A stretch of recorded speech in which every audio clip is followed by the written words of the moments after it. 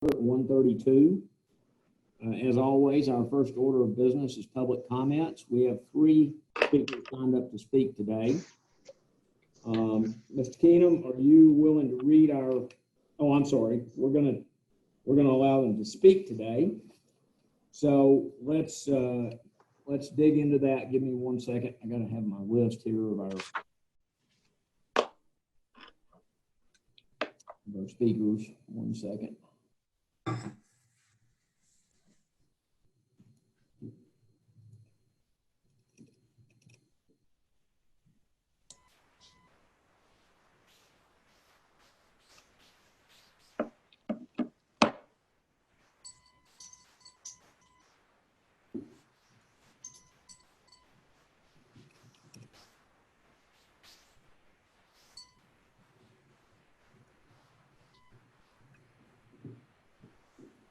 Okay, Jeff, are you ready? I'm ready. All right. We're again going to recognize people in the order they signed up to speak.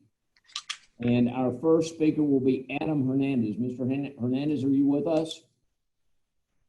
I'm here. Can you hear me? Excellent. Yes, we can. You have the floor for 3 minutes.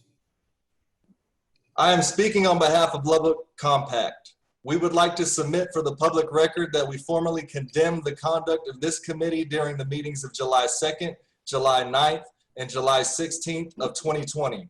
We publicly watched as the concerns and comments of a total of 77 citizens from all districts of Lubbock advocating for maximum impact fees for service areas A, F, and E, and none in all other service areas were completely ignored.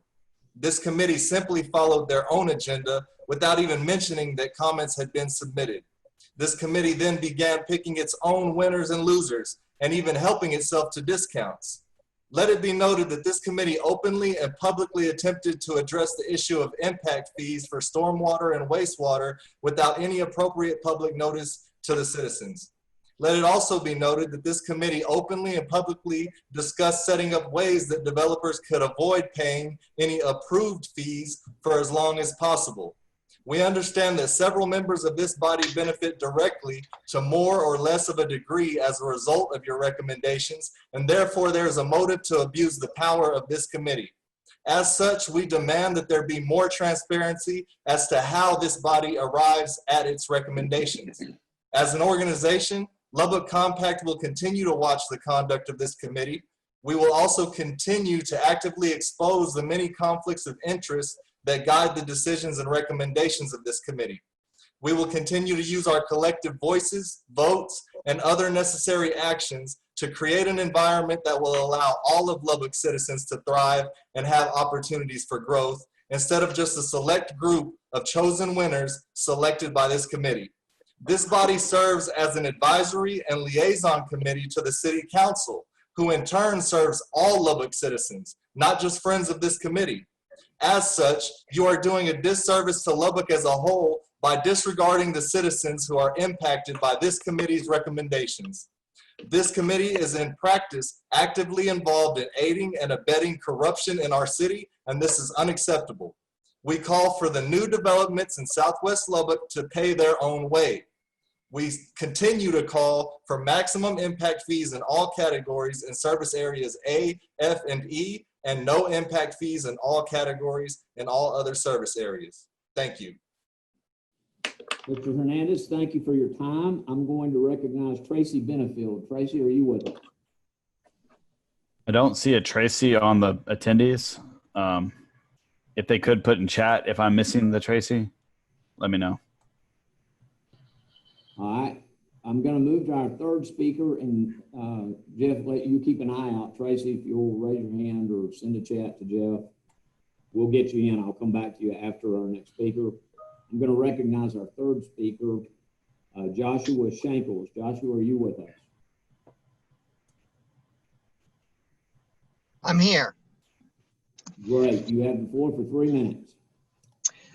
Committee, notwithstanding the disappointment at you ignoring the more than 70 public comments made for advocating for Lubbock's new development to pay their own way by the imposition of targeted impact fees rather than the across-the-board discount the committee members help themselves to, I once again come before you to advocate for the use of impact fees to lessen the burden of Lubbock's current residents.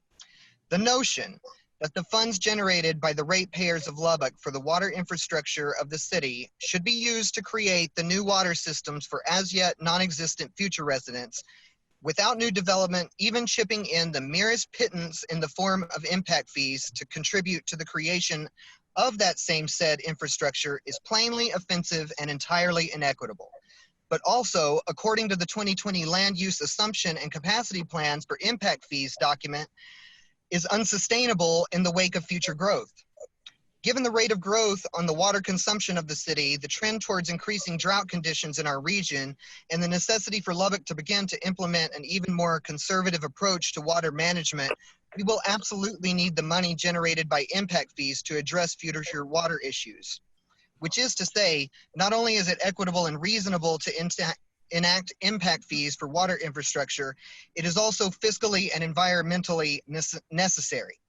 Therefore, I urge this committee to recommend that impact fees for water and wastewater infrastructure be implemented at the rate calculated in the 2020 Land Use Assumption and Capacity Plans for Impact Fees. To do otherwise is to set the city up for failure in the long run. Thank you for your time. Mr. Shankles, thank you for your time. I'm going to go back to Tracy Benefield. Tracy, are you with us? I do not see a Tracy on the attendees list. Okay, with that, we'll proceed on. Our next order of business is to address the minutes from the previous meeting. I'd like for everyone to take time, even if you have, take a little more time to review these carefully, because we took some votes, had motions, seconds, and took votes at the last meeting. I want to make sure everyone agrees that what we've got in the minutes is accurate. Does anyone have anything they want to discuss in terms of what's been presented to us for approval? Addition. Mr. Bean? 7.1 at the end of the paragraph should state, Bean suggested removing sewer and water impact fees from the study. And you're saying at the end of that paragraph? Yes. All right, fine. So noted. Jasmine, if you'll make that addition for us. Is there anything else anyone wants to discuss? Okay. With that said, subject to that change being made, can I get a motion to approve these minutes? So moved. Mr. Bradley, second? Second. All in favor? Aye. Aye. All right, the minutes are approved. Thomas, was that Andy that did the second? I'm sorry. Yes, correct. Okay, thank you. Bradley and Mr. Bean. Okay, so we have a number of things to address today, several things we need to take votes on. Jeff, I want to ask you first. I know you have a presentation for us later in the meeting. Approximately how much time do you expect to need for that presentation? The presentation is relatively short and to the point, 15 minutes or less. Okay, great. I just wanted to know so I can plan for that. So I'd like to go back and pick up where we left off, which was with the discussion of water and sewer impact fees. And I think I'll throw it to Mr. Bean first because he made had the addition to the previous minutes. I'll let you start if you want to, Andy, with your comments, and I'll let you make them again if you want to. Okay, thank you. So I'll just reiterate how we kind of generally ended the meeting last week, and we did not make a motion, or I did not make a motion at that time for the sewer and water portions of what we're recommending to the council. But this ratepayer enterprise fund is a fund that works. Our sewer and water systems benefit the city as a whole. That's why we have one service area, as we put in the report.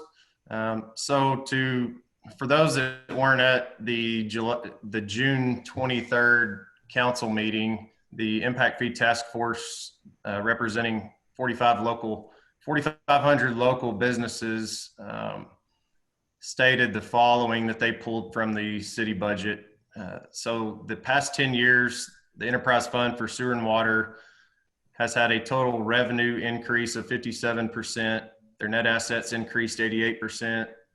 Reserves beyond the 25% were approximately 22 million, and it showed in the budget for the next 5 years to keep up with the demand, and the reserves beyond the 25% policy requirement would increase to 40 million in year 2025. 80 million total cash in 2025, and the fund includes approximately 212 million in projects in the next 5 years. Considering the infill development areas that are planned, specifically in the north and northwest, where existing infrastructure is in place, it will further benefit the city moving forward. So last week on July 16th, we received comments from Chairman Payne and Mike Keenum about the new findings or new delivery of comments from the Lubbock Water Advisory Commission, that they recommend the council to keep water and sewer at the same rates for the fiscal year October 2020 to 2021. And after that, the rates are projected to increase $1 per year for water and 5 cents per year for sewer. So I'd like to take this time to make a motion to keep this unnecessary tool out of the toolbox for current and future SEAC and councils until the data proves it is needed. So I'd like to make a motion to recommend removal of sewer and water impact fees from consideration. Okay, Mr. Bean has made a motion. I'm going to entertain a second, and then we'll reopen for discussion if we have a second. Does anyone second that motion? Shane, if you're talking, you're muted. You're still, there we go. I will second the motion. All right, we have a motion from Mr. Bean to remove water and sewer from the list of eligible items for impact fees. We have a second from Mr. Sawyer. I'll now open things up for discussion. Does anyone other than myself want to make any comments? Well, Thomas, as far as I can see at this point, even though, you know, we really don't need it right now, but that doesn't mean that in the future we won't. And it's too expensive to run this survey again. I feel like if we keep it, leave it intact, we'll save taxpayers money. And if ever it needs to be addressed in the future, we can without another study. And I'm sorry, but that's just how I feel. Thank you. Anyone else? Mr. Did we Bradley? not did we not at the last meeting vote to set that rate at 0? No, Larry, we had some discussion at the last meeting. Just discussion. Yeah, if you remember, Amy was here in Kelly's place. She pointed out that we had not posted to take a vote, to take action on water and sewer. So we had to postpone any action. So yes, we did talk about that, but we did not take any action on that. So today we posted the meeting and we can take action. So if we follow Andy's motion and eliminate it, and then say 5 years from now it comes up where we're in the shortfall, we would need to go through the whole engineering process again. Is that correct? That's correct. The city would have to rehire the consultant and re-undertake this process to address adding water and sewer for impact fees, yes. And a rough estimate just on the water and sewer, what that cost was to the city just to get that information, Mike? In terms of the consultants? Yes. Mike, can you talk to us about that cost?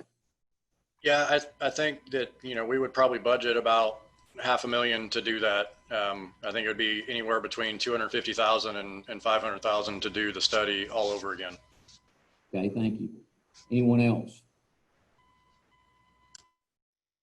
Beyond that, Chairman, I was just thinking, you know, timing too. It takes a while. So if we need the money today, we can start the process. But even by virtue of statute, you know, you have the year grace period, you have the year for doing the study.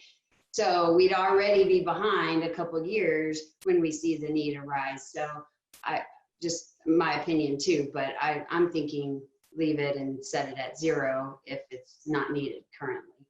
But that's just an opinion. I agree. And my comment to that is just that if we set, my comment to that is if we set rates at 0, that's fine. But I think we're all aware they'll never, they can only go up from there, and they will go up. And it's out of, I think we talked about it last week. The council can, the process that we discussed is all it takes is 2 readings whenever the council so chooses to implement any kind of a sewer and water impact fee at that point. So if it's not needed, why create the tool that future councils or SEAC committee members may or may not understand, and it goes from 0 to something we can't control. Understood. Mr. Hill, you have not commented. Would you like to? I would just, the study is one thing. I want to ask Mike a question. Mike, in your opinion, even though the study's there, are the water and sewer fees needed? I like the flexibility of setting them at 0. We did some rough numbers, and I might have to get Jeff to help, but at maximum rates as they're shown currently, that would generate just short of $4 million of revenue a year. With the projected starting in FY21 to raise the base rate by $1, I believe that generates, Jeff, help me out, about $3 million. I believe it's the dollar base rate per dollar is $1 million, I believe. Dollars a million. Yep. And so roughly. Yeah, and so if you had that impact fee, then that reduces the burden on all of the citizens, versus you put the dollar on the base rate, then every ratepayer pays that, and not just the new development. So that's just something to consider. I think as the fees are recommended to be flat, and again, council may choose to increase them. We don't know yet. That's just the recommendation that's coming out of LWAC to keep the fees flat for this coming year, and with the increases on the years thereafter. So there are increases that are down the road that we foresee, and impact fees would be one way to offset that increase to all of the ratepayers. I don't know if I answered your question or not, Jonathan. Yes, sir, you did. Thank you, Mike. Mr. Hill, anything else? No, sir. Okay. So I appreciate the comments and great comments by everyone on both sides. My position is that water and sewer should be included on the list of things eligible for impact fees to be collected on. It's based on a number of factors. One, now I'm going to ask Mr. Keenum a question. The estimated cost of our upcoming contribution into the Crenois expansion, I understand, is somewhere between $80 and $100 million. Is that correct? I believe that's correct, yes. And the timing of that, and I know you don't know exactly, but what is the window that you project it could be between when and when? Well, that's not included on the list. And so we were anticipating that being outside of our 10-year window, I think is the best our crystal ball says right now. As we continue to conserve, that continues to push that out. We're just one of the member cities too. So we just have to keep that in mind as well. But my point is we do have to have an eye toward the time when that check is going to have to be written, and at some point it will have to be written. That's correct. So that's part of my thinking. The recommendation from the LWAC, as we discussed last time and just approved in our minutes from our discussion last time, is that they recommended water and sewer rates be unchanged this year, but they project that commencing next year, those rates will increase by $1 every year on water and 5 cents every year on sewer. I continue to believe that it is appropriate for us to have an eye not only on the group of folks who can buy houses, but the group of folks who are most impacted by changing water and sewer fees. And those are the people who are the most economically disadvantaged people in Lubbock. And I think it's our responsibility to have an eye out for those people. I'll even go further than that. I think it's our responsibility to especially have an eye out for those people. Be that this committee or the city council or the citizens of Lubbock. And I'm opposed to wasting money. If we don't include them on the list, then we force the city at some point in time to waste money. I understand the argument for not including them on the list, and I respect that argument. But I think it's appropriate to include them on the list, but to set them at zero initially. That gives the city council the flexibility to begin charging impact fees if it becomes something they feel they need to do in order to not have to increase water and sewer rates. It's not their only tool, but it is, as Mr. Keenum has said many times, an additional tool. And I think responsibly, we need to provide that tool to them. So with that said, does anyone else want to make any comments? We're about to take a vote on Mr. Bean's motion. No other comments, okay? I'm going to call the roll. We have a motion to remove water and sewer from the list of things eligible for impact fees to be collected on. And we have a second from Mr. Bean. We have a second from Mr. Sawyer. I'm going to go down the list in no particular order. Ms. Cantu Franks, how do you vote? You're muted. Sorry, no. Thank you. Ms. Salter? No, against the motion. Mr. Bean? Yes. Mr. Sawyer? Yes. Mr. Hill? No. Mr. Bradley? No. I vote no as well. The motion fails 5-2.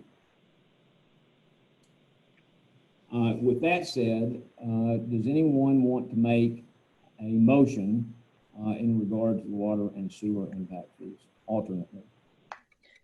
Thomas, Ms. Cantu Franks. I would like to make the motion for us to allow all three impact fees to be put on the agenda, as well as if I think that we should include it all the way it is with an impact fee, and then let the council decide at what point they want to do. But I feel that at this point we should all three should be included in our proposal to have impact on all.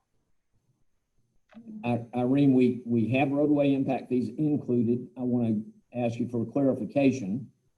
Are you making a motion that water and sewer be included and the rates be set at zero, or that they be included and the rates be set at the maximum or some other amount? Included with the maximum. All right, we have a motion from Ms. Cantu Franks to include water and sewer impact fees and to set them at the maximum calculated rate. Do I have a second for that motion?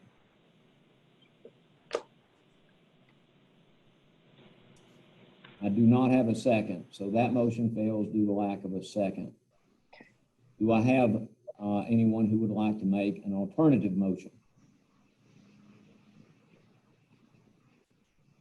I'll make a motion, Tom. Mr. Bradley? Make a motion that we include water and sewer and set the rate at zero.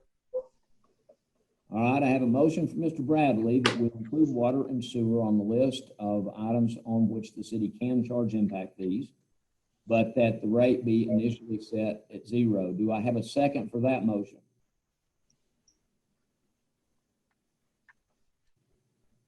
I'll second that. Ms. Cantu Franks seconds that motion. So now I'm going to open it back up for discussion again. Does anyone have any comments they want to make in regard to this motion? The motion is to include water and sewer on the list, but set them initially at the rates initially at zero. Any discussion? Thomas, I have a question. Ms. Alter. And I'm not sure exactly what the question is, but I was thinking, is there a reason to maybe set it somewhere in between the 0 and max fee? Because we have this 10-year window and we have a certain number of projects. And so I guess here's the question part is, what's the probability of us collecting something towards a future goal for a project and us not being able to get there because these first 2 years we had nothing in the pot? Which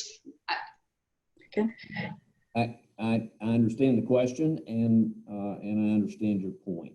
Certainly, there is the prospect, if we set the rates at 0 now, that at some point in time, it might look better with 2020 hindsight to have recommended collecting some impact fees on water and sewer now.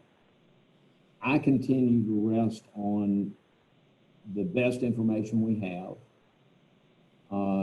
which is that currently the system we have in place is entirely keeping up with our need for funds to build water and sewer projects. I also very much rest on the city's position, which is that, yes, how we've done things up to now has worked up to now, but that as we have entered into a new rate of growth in the city, that the way we have done things is not going to continue to keep up. At the same time, we don't know when it's going to discontinue keeping up. And certainly, I don't think it's going to go from keeping up to being $100 million upside down overnight. So I think there's a window here of time. And that's why I continue to believe we should give the council this tool, but set the rates at 0, because this is something that not only they, but we will be able to keep an eye on as we move forward and revisit at any time that we want to, or that they want to, if we see a problem on the horizon. So that's my position. Anyone else want to comment on that? Okay.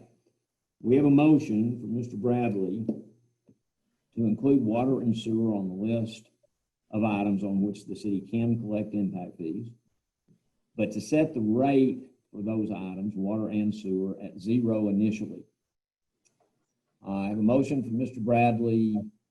I have a second from Mrs. Cantu Franks. I'm going to call the roll again. Mr. Bean, how do you vote? No.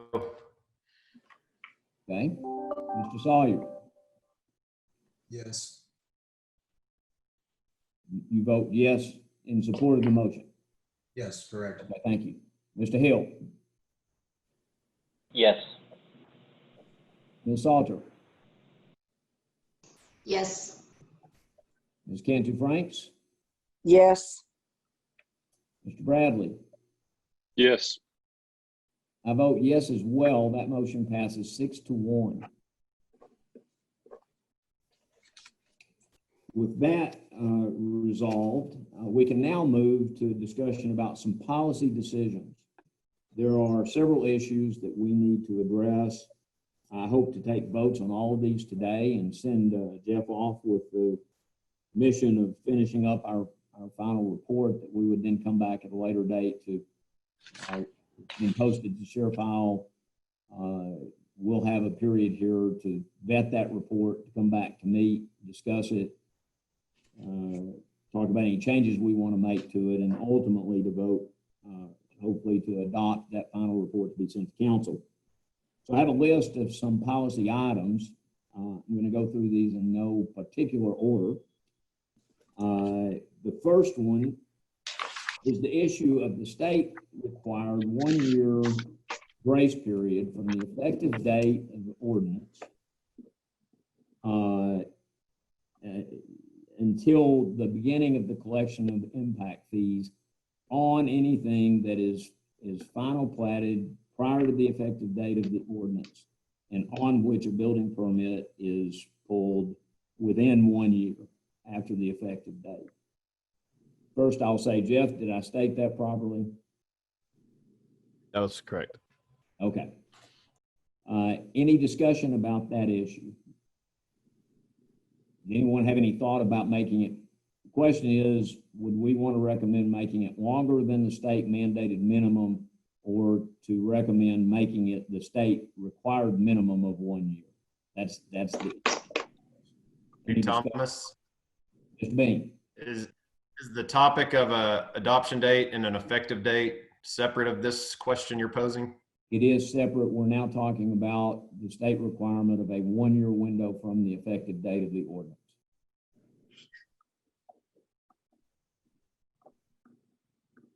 All right. With no discussion, and I'll say this, I think the state mandated 1 year minimum is sufficient. I don't have a reason to argue that it should be any longer than that. With that said, would anyone like to make a motion in regard to that issue? I'll make the motion. Cantu Franks? Yep.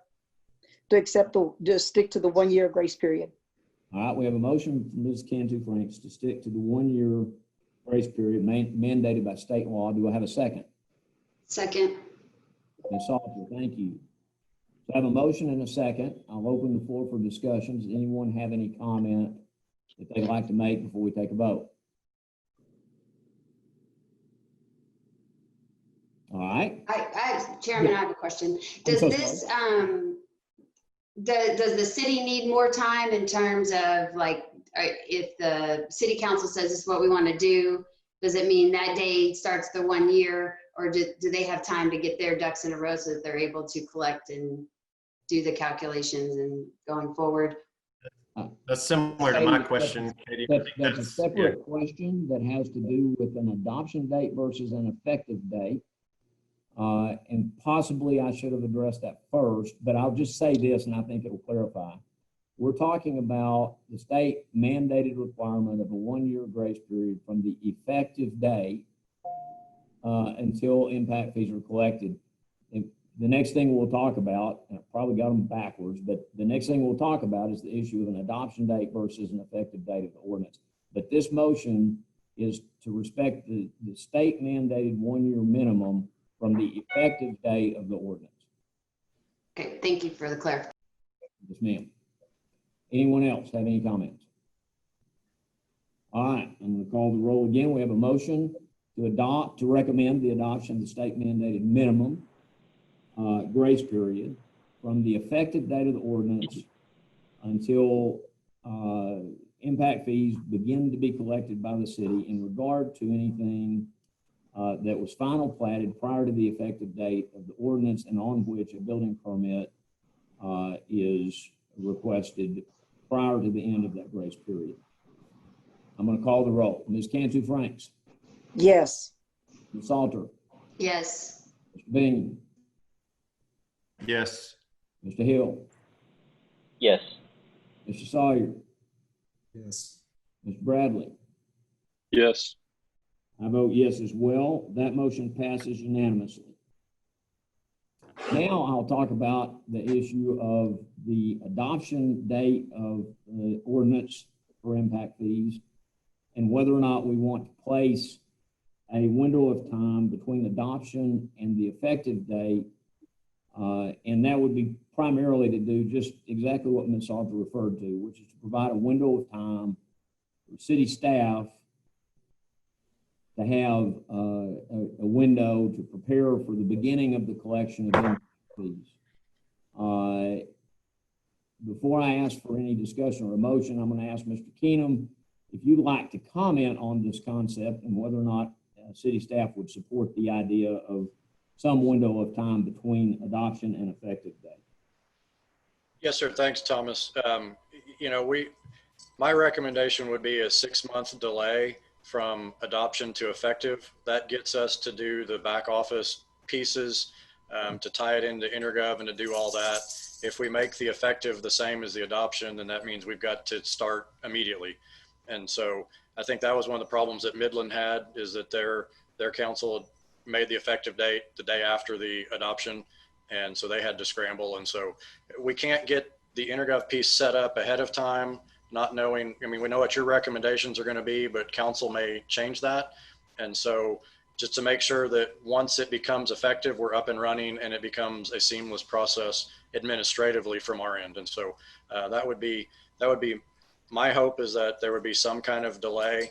I think 6 months would be plenty of time for us to be able to get the software piece and the administrative portions set up to make it effective and administer it effectively. And Chairman, if I may just add a food for thought, as you, there's two options we have. There's delaying the effective date, 6 months, or there's this keeping the effective date the same as the adoption date, but stating in the ordinance that no impact fees will be collected within 6 months. So therefore the grace period is not a year and a half, it's a year. So it's just two things to consider as you make your motion. Is you can not collect impact fees by ordinance, or you can move the effective date. Moving the effective date does move the grace period. I just wanted to clarify that to the committee. So the grace period would be, from the effective date of the ordinance. Yes. Just wanted to make sure that was clarification was provided. I appreciate it. I think that is clear to everyone. Okay. Understand. Yeah, those are the same thing in essence, though, Jeff. Is that correct? No, Mr. Well, Dean, what Jeff is saying is that if we don't recommend a delay between adoption date and effective date, then the state minimum 1 year grace period that we just voted on would begin on the adoption date. Whereas if we recommend a delay between the adoption date and the effective date, the 1 year grace period will begin at the effective date. We've had some communities choose to have like a grace period for all plats for like 6 months. So like to get them ready, like Mike said, just so it doesn't change that 1 year grace period. It's a nuance in the way the ordinance is written. I just wanted to be clear. So when we write the ordinance, we're capturing exactly the intent of this group. So from what Jeff is saying, then with that version, then the times are running concurrently. Right. The way that we were talking was that they would be running in series. Consecutively. Yep. Correct. Yeah, and I'll say this, I'm not in favor of the idea of having them run concurrently, because to me, it's somewhat contradictory to vote that we're going to start the grace period at the adoption date, leave no window in between, and not charge fees for 6 months. It's not something I would personally be in favor of. I would prefer a delay between adoption date and effective date, and the grace period beginning at the effective date. But that's just my stance. Anyone else? I think that 6 months is a minimum, especially for the time, if the council takes our recommendation of 0 for sewer and water, that we know they're going to take it from 0 to something greater than at some point sooner or later. And at that time, we still haven't heard from Mike how, on the adjacent main fees that are currently that program and system that's working fairly well, how the transition would go from that to solely impact fees. And I think they'll need all of those 6 months once there is an increase from 0 if the council follows our recommendation. And I would further believe that we should entertain the idea of any increase. We talked about discounts last week on roadway and voted on those. If they, let's say Katie's motion was 25% discount for residential under 2,000 square feet. If some future CAC council wants to take the discount from 25 to only a 10% discount, I think before that is implemented, there should be a 6 month delay from adoption of that lesser discount to the effective date on any increase in impact fees. Mr. Bean, you're getting ahead of me. You're correct. That is an issue we need to address and take a vote on, and we will. Right now, we're discussing the question of whether or not we want to recommend a delay between the adoption date of the ordinance and the effective date of the ordinance. I will come back. The very initial ordinance. Correct. That's all we're talking about right now. We will come back to your issue, though. Any comments? Anyone want to make a motion in this regard? Chairman, I'll make a motion to recommend a 6 month window between the ordinance adoption date and the effective date. All right, we have a Ms. Salter to place a 6-month window between the adoption date of the impact fee ordinance and the effective date of the ordinance. Do I have a second? I'll second. Ms. Cantu Franks seconds that motion. Any further discussion? All right, I'm going to take a vote. We have a motion to place a 6-month period between the adoption date of the impact fee ordinance and the effective date of that ordinance. I'm going to call the roll again. Ms. Cantu Franks. Yes. Ms. Salter. Yes. Mr. Hill. Yes. Mr. Bean. Yes. Mr. Sawyer. Yes. Mr. Bradley. Yes. I vote yes as well. That motion also carries unanimously. Now we're going to talk about Mr. Bean's issue that he just brought up, which is the issue of whether or not we want to recommend that there be a delay between any change to the ordinance once it's adopted. So this would be after the ordinance is adopted and it is in place, whether or not we want to recommend placing a window of time between any change to the ordinance and the effective date of that change. Any discussion? Mr. Bean, would like to, I'm sorry, Mr. Sawyer? I was just thinking, I think there should be there's some mechanism in there other than just two council readings, whether it be some type of discussion or how long it can go in effect after that reading, or just something. I'm not sure what that is, but I'm in favor of putting something in there that delays that other than that it can just happen overnight, basically, 2 readings. I agree with you. The delay would be, so the council would still have their 2 readings and they would vote to adopt the change. And then the window we would put in, if we recommend one, would be beginning at that point once they adopt the change.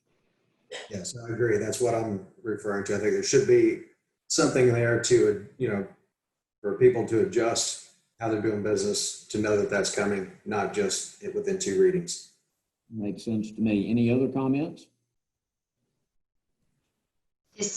Chairman, is 6 months sufficient for the city in terms of timing? Because they would have to adjust their systems too for any change. Is that enough time? I'm sorry, who was that? So I'll let Mr. Keno speak to that in a second. My observation would be that once Mr. Keenum's staff has managed the exaction of impact fees and putting those in place on roadways with a 6-month warning, it seems to me that same 6-month warning time would be reasonable for them to be able to handle that change. Mr. Keenum, do you have any difference of opinion with that? I would agree with that. I think 6 months or whatever would be fine. Once it's in place, just the effective date of a change is just an administrative thing on the calendar, and so that wouldn't be difficult. So just to be specific, we're talking about a window of time between when the city council would vote to finally adopt a change to the ordinance and the effective date of that change. Yes, Mr. Sawyer. I've got a question. So how does, if there's a notion that the impact fee needs to be raised or lowered, and the SEAC committee is still intact, not necessarily us, but at some point, does the recommendation to the city council still come through the SEAC committee, or is this just done to the city council? If they just decide to do it on their own, they can do it on their own, or does it have to come through SEAC? So I'll let Mr. Whitaker speak to this. It's my belief that the answer is that although the council always, as we've discussed many times, final authority rests with the council, and I guess we could say initial and final authority rests with the council. I would anticipate that if the council wanted to undertake that discussion, that they would throw it to the SEAC committee for a recommendation and then act upon that. But I don't know that they're required to do that. Mr. Whitaker? I don't think they're required by state law. However, we're getting recommendations to incorporate in the ordinance. We could put that as a motion or recommendation from this group to bring to council as part of the ordinance. that any change would be presented to the CIAC as well. So. Just based on, I mean, I think it's a good idea personally, and just obviously this impact fee has been on the table for quite some time. Talking to some other areas of the state who do this, you know, there's really one entity, city that really utilized the SEAC committee. They met on a pretty regular basis, looking at projects and discuss it. They felt like they were really involved with it, and they were comfortable with the process, as opposed to some other folks that I have talked to that have not been involved in the process, and they were much more supportive of the way things went down. So I think we need to have something in place where future SEAC committees, that it is at least a precursor before it's just initially voted on to make a change one way or the other. Okay. Any other comments? Oh, I like Yes, that idea.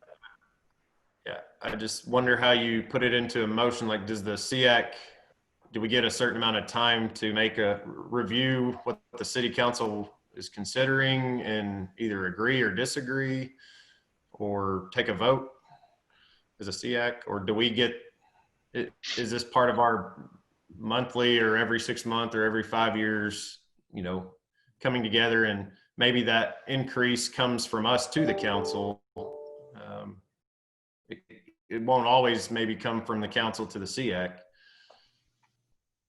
So, Mr. Bean, I'll say this. It certainly is true that the purpose of our meetings, at least every 6 months, is to review the current status of things and whether or not we as a committee might want to proactively recommend to the council to consider a change. I think what we're talking about here is if the council on their own decided that they felt a change needed to be made, how would we want that to look? And I think you bring up a good point. I think the motion would need to include a recommendation that the council, if they entertain wanting to make a change to the ordinance, that they would be required to seek a recommendation from the SEAC committee before taking action. But I think that motion would need to include a time frame. So once the council notified the SEAC committee that they were seeking input on that subject, that the SEAC committee then would have a set amount of time within which to make that recommendation. And I think that probably should be relatively short. Yeah, we've been meeting for a year for quite a large recommendation. If it, you know, the city comes to us about, you know, sewer, water, or roadways individually, it shouldn't take us another year to turn around a recommendation. Personally, but if that window was 60 days, it would be sufficient, because that would basically be the council coming to us. So if it's the other way around, we don't have that time frame in that picture. It would be whenever we make a recommendation. If they come to us, as I see it, that means they're going to be seeking a prompt recommendation. And I think we should be prepared to respond promptly. And given that it's probably going to be a single issue request, I mean, to me, I mean, pick a number, but I think 60 days would be a reasonable time. Anyone else? Thomas, could I chime in for a second? You know, much like we told y'all that the LWAC made the recommendation for water and sewer rates to go to council, my guess is that changes that council would make would occur around the budget time. And so there's nothing to say they couldn't do it mid-year, but typically you're going to make changes to things like this around budget time. And so that would be something that, you know, this committee could pretty easily make a recommendation to council as you approach budget time. We know when that's going to be every year, to say, we think the rates need to stay the same. We need to lower them. We need to increase them. You know, that could be a recommendation. I don't know how it's crafted for the water and sewer rates, but we could make sure we put something in the ordinance to try to address that. I don't know if if Kelly, I'm not supposed to ask Kelly, but if she knows how the LWAC is set up for that, or if we'd have to do a little bit of research. I have no background knowledge on LWAC whatsoever, except that it has a cool name. and that's about it. So, Sorry for putting you on the spot, Kelly. Are you really? Because the council obviously knows when their budget season comes up, and they know ahead of time with some idea of what subject they intend to entertain during that budget season.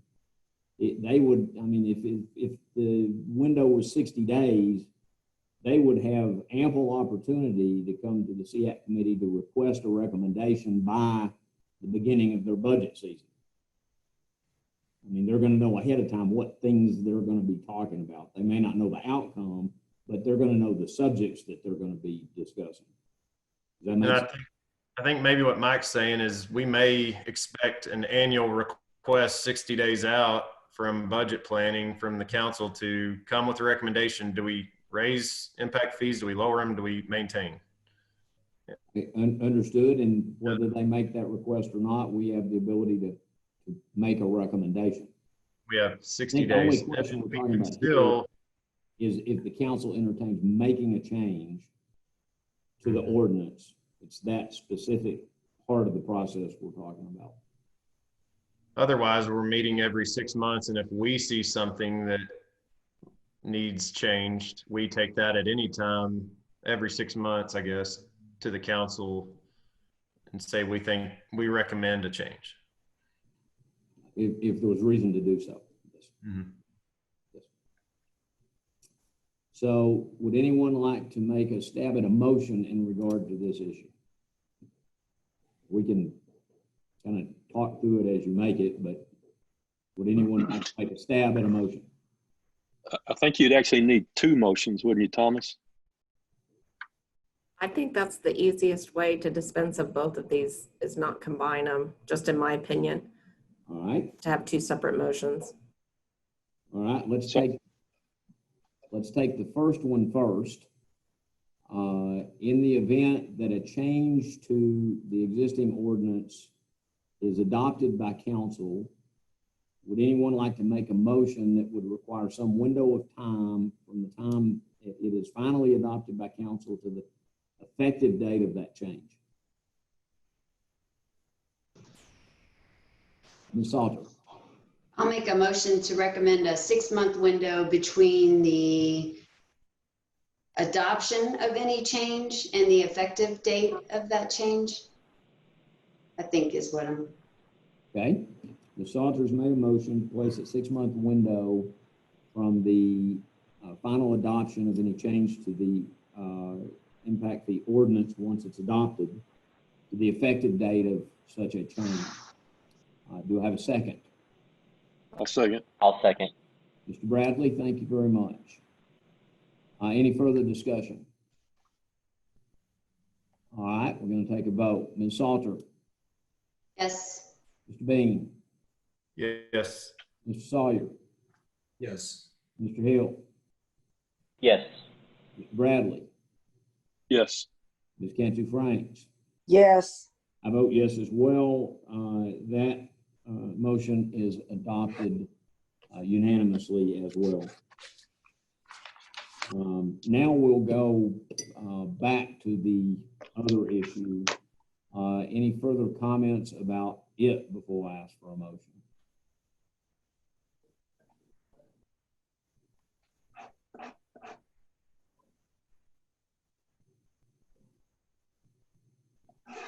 All right, would anyone like to make a motion in that regard? I'll make a motion that Mr. Sawyer? if there is potential change in impact fee structure, rate structure, that the SEAC committee would be, I guess the city council would request upon the SEAC committee to make a recommendation to them of what to do. Is that, I don't know if that's clear enough, but. It is. Can you include in your motion a time frame within which the SEAC committee would have to respond to such a request? Okay, let's say a minimum of 60 days Okay. prior to from the city council. Okay, so you tell me if I've got this right. Ms. Sawyer's made a motion that would require city council to seek a recommendation from the SEAC committee in regard to any change to the impact fee ordinance that the council would contemplate, and a minimum window for the SEAC committee to respond to such request for a recommendation of 60 days. Did I get that right?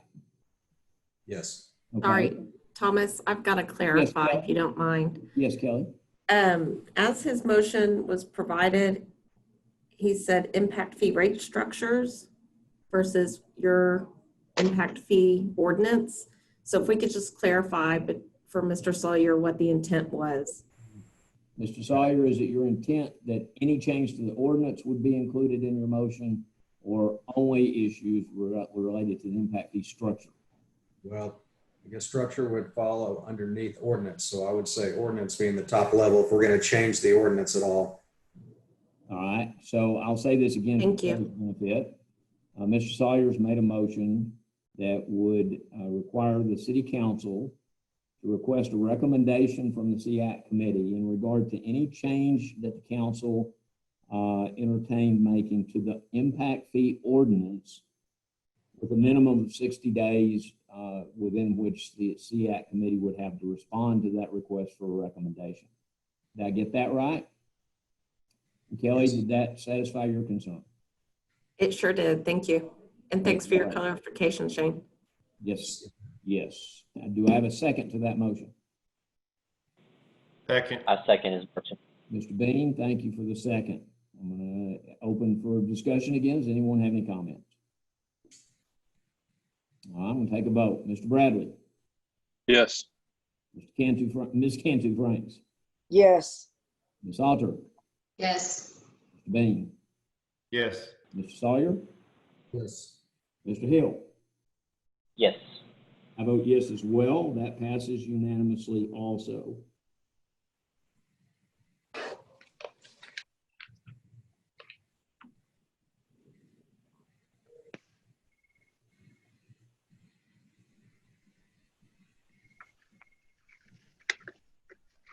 All right.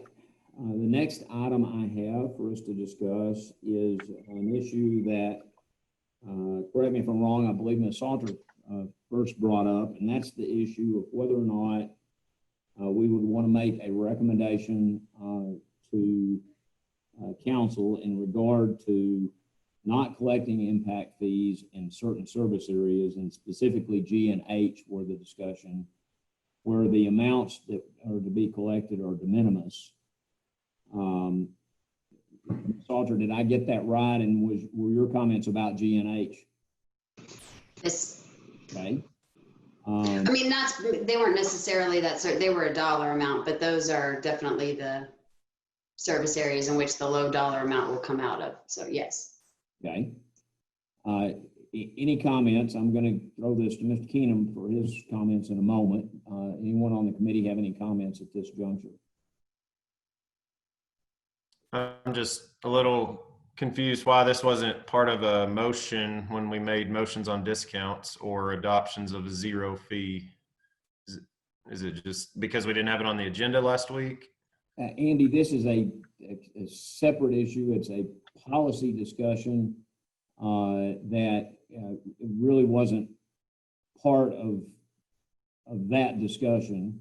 This is a discussion about whether or not, from a practical standpoint, and I want to say this in terms of my thinking on this, the charge of this committee is to provide a roadmap to the city council in regard to impact fees for the city of Lubbock.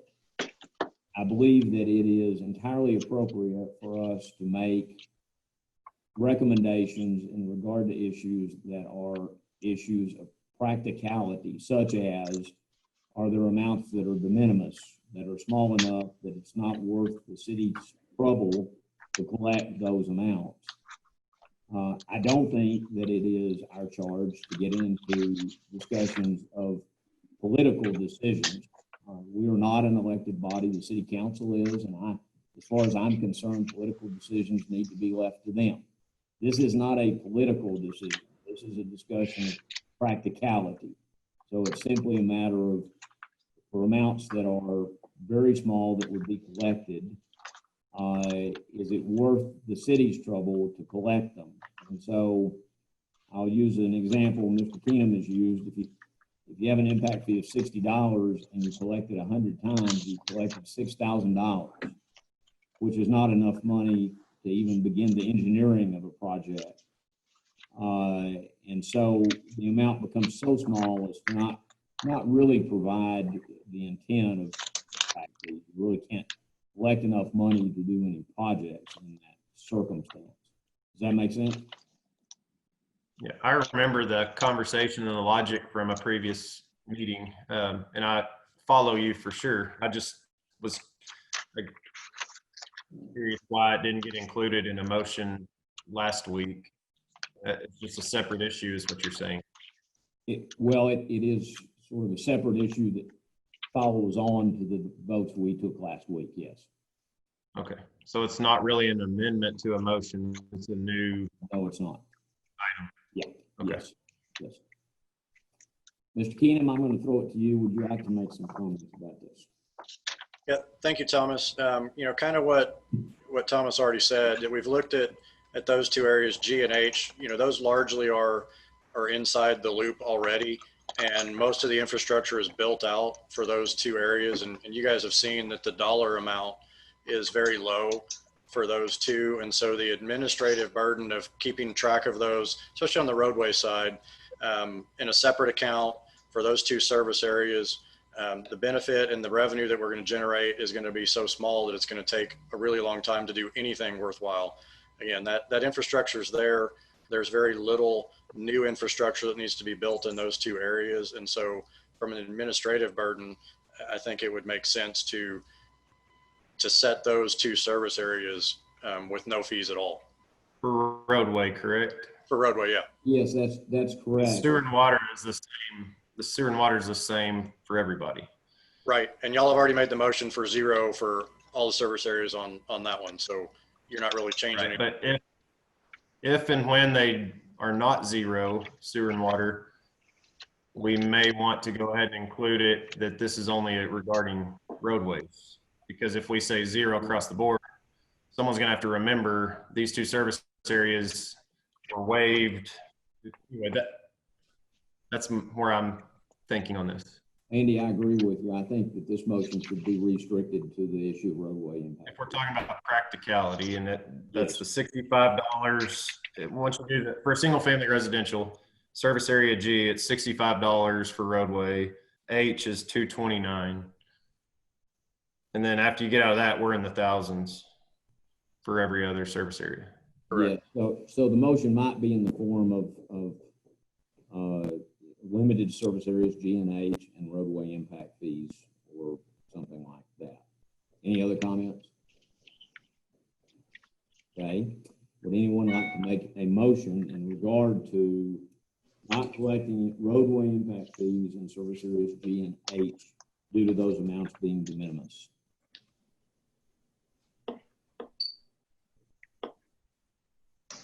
Thomas, I'll make that motion. Mr. Hill. That we set the roadway impact fees in service areas G and H to 0 based upon them being de minimis. All right, we have a motion from Mr. Hill to set roadway impact fees, to recommend roadway impact fees be set at 0 for service areas G and H due to those amounts in service areas G and H being de minimis. Do I have a second? I'll second. Ms. Salter, thank you. Any further discussion? All right, we'll take a vote. Mr. Bradley? Yes. Cantu Franks? Yes. Ms. Salter? Yes. Mr. Bean? Yes. Mr. Sawyer? Yes. Mr. Hill? Yes. I vote yes as well. That motion carries unanimously. So I have one more item on my list, and then I'll open it up if there are any other issues that any of you want to discuss. And I'll say this was the last intentionally, and that's the issue of the use, or our recommendation that credits be allowed to be used in regard to impact fees. And I'm going to say this leading into this discussion, and Kelly, please interrupt me anytime if I say anything you think is not accurate. If we vote to recommend that the city be receptive to the issuance of credits or offsets, it's the same thing, in regard to impact fees, that's just a recommendation that would be included in the ordinance, that the city is receptive to that. It's my understanding that if we include that, and it is in the ordinance, that anytime there was an issue of offsets that would arise, so a developer, and that could mean a developer of a strip shopping center or an apartment developer, any kind of developer, wanted to go to the city and request offsets, that is exactly how that process would be, that it would be the private side developer approaching the city, requesting the offsets, and that then would be a negotiation between the developer and the city that the city would have to agree to.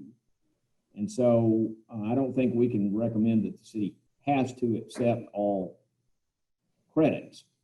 We can simply recommend that it be adopted in the ordinance formally, that the city is receptive to the use of credits. Kelly, did I get that close enough to right? Do you need to add to that? Well, actually, I'm not certain.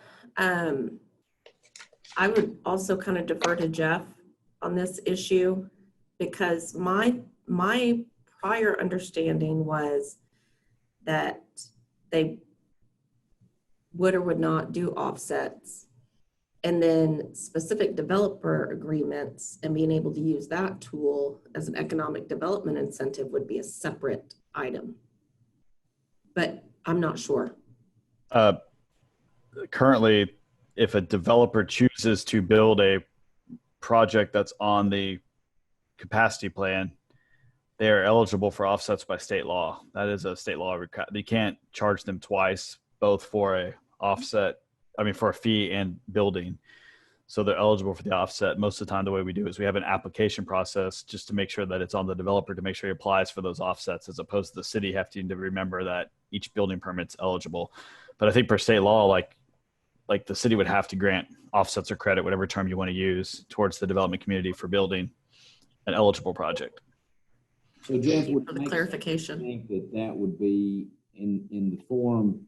So our recommendation could simply be a recommendation of how that process is handled. For example, an acknowledgement that it is state law that a developer building such projects would be entitled to offsets, but a recommendation as to the process that is set forth in terms of how that is handled. So we could recommend that the onus is on the developer to come to the city to request the offsets and specify those requests in order to get that agreement. Does that make sense? That's correct. I think I think the process is what is going to be spelled out in the ordinance, and not necessarily the concept of giving offsets. Okay, gotcha. So I get that. Does anybody have any questions about that? So to me, I consider this one of the potentially biggest positives to having impact fees. It provides a mechanism for a developer who wants to accelerate the construction of infrastructure, which is the point of having impact fees, to be able to do so. It also provides some empowerment to the developer to do that in regard to a specific project that the developer might want to accelerate, as opposed to waiting for impact fees to be collected and the CAC committee to make recommendations about where within the service area that money is spent. So to me, it would make sense to recommend that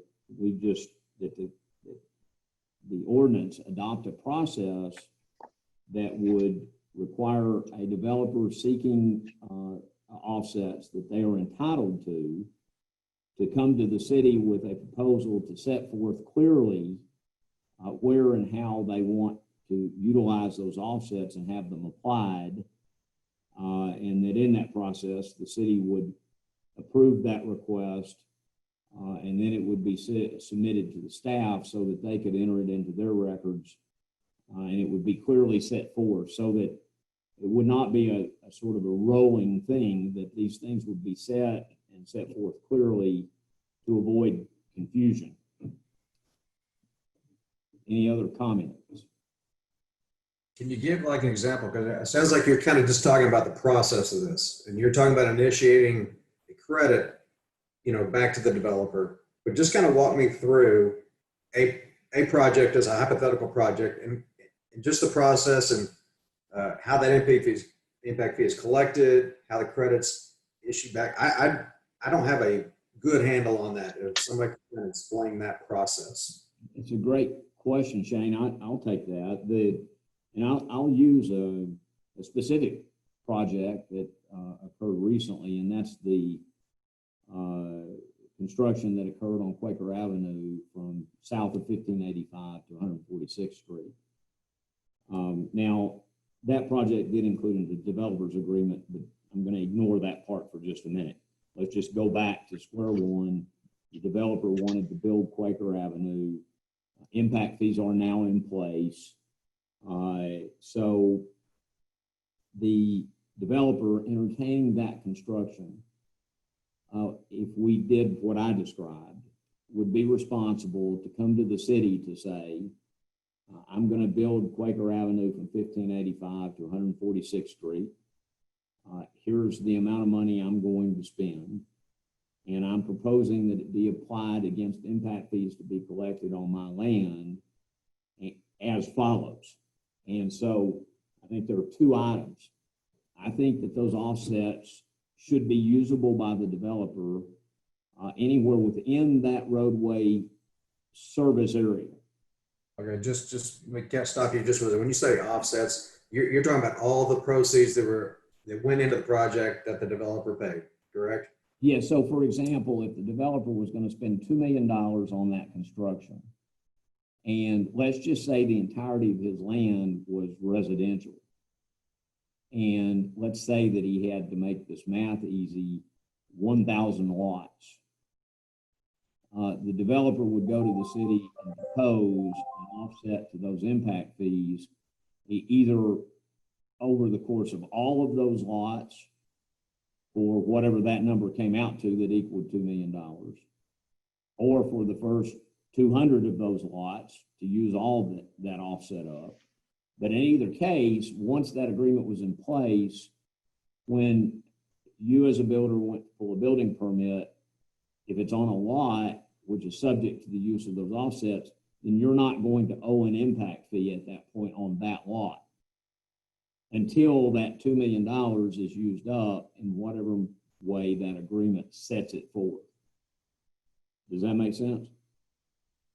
And so the net result of that is it empowers the developer to accelerate the construction of infrastructure, and it puts in the developer's hands a mechanism to get his money back.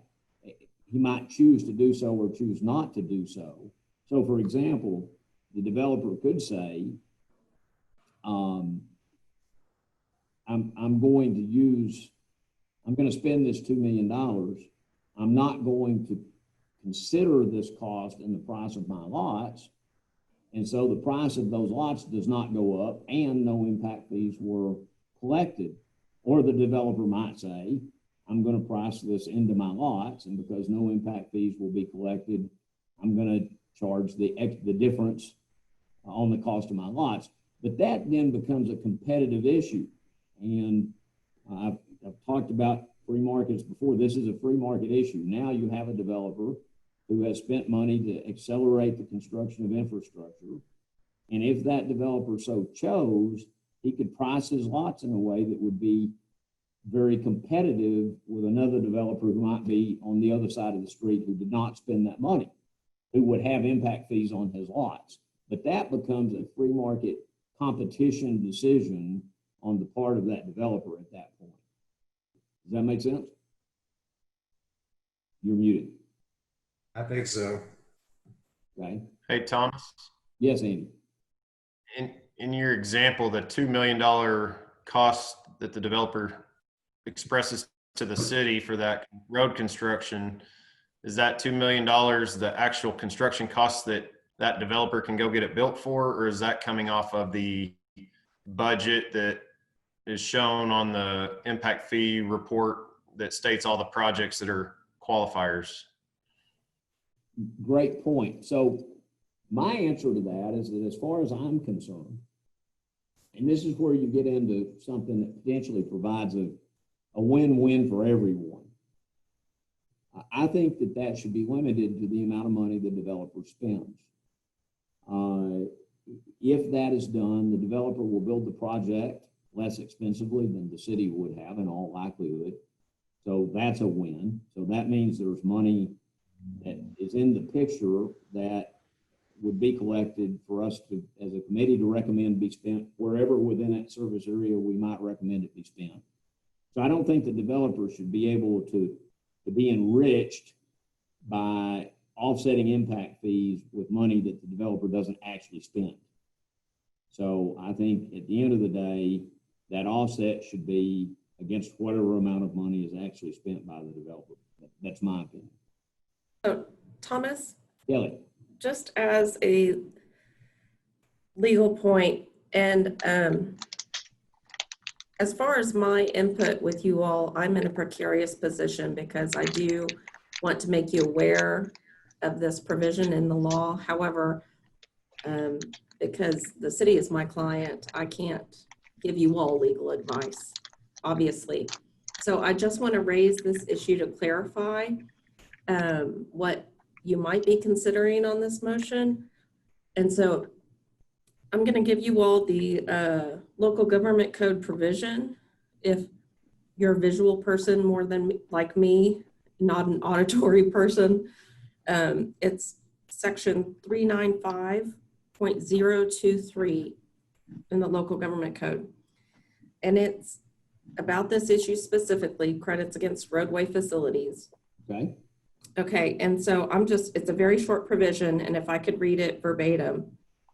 Any construction of, contributions to, or dedications of off-site roadway facilities agreed to or required by a political subdivision as a condition of development approval shall be credited against roadway facility impact fees otherwise due from the development.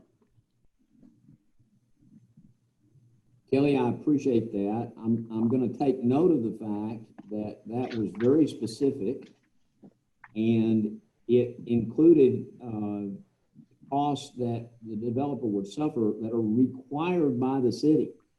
We're not talking about costs that are required by the city here. We're talking about a project that the developer, on the developer's own merit, would take it upon himself or herself to go to the city and say, I want to build this project that is on the list of projects.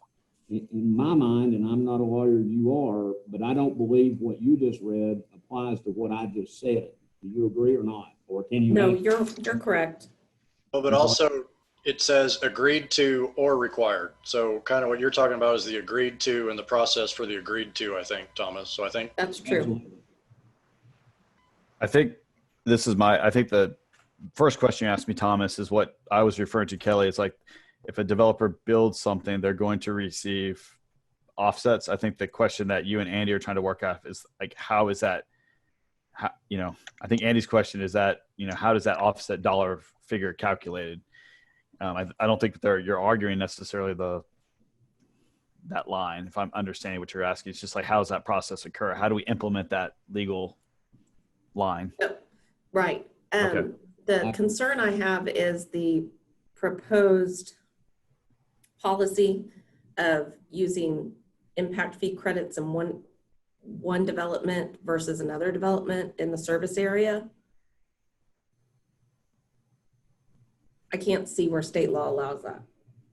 Oh. Well, let's talk about that, Kelly. The way I see that, let's go back to the Quaker Avenue example. That Quaker Avenue project extended from FM 1585 to 146th Street. FM 1585 is a thoroughfare. Quaker Avenue is a thoroughfare. 146th Street is a thoroughfare.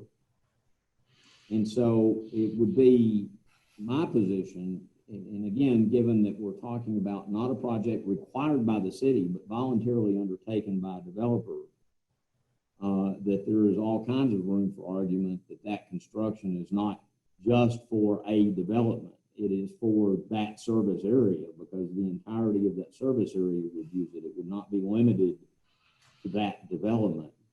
Does that make sense to you or not? It does, and I'm not sure what we're talking about here, if it truly falls within the impact fee ordinance, or if that would be something I would think more you dispense of in a 380 agreement with the city. And my experience in most cities, that's kind of where it happens, is the offsets and reimbursement is really tied to a property. When you do master plan communities or some kind of odd agreement, it's tied to a 380 agreement. That's what I see more often, but that's. So are you saying that our recommendation could be that, in my example, that it would be defined in a 380 agreement? Yeah, our developer agreement or something like that. Yeah, and state law allows for that as the law is written, without having to cover it. Yeah, so in that case, it could be within the service area. That could be our recommendation.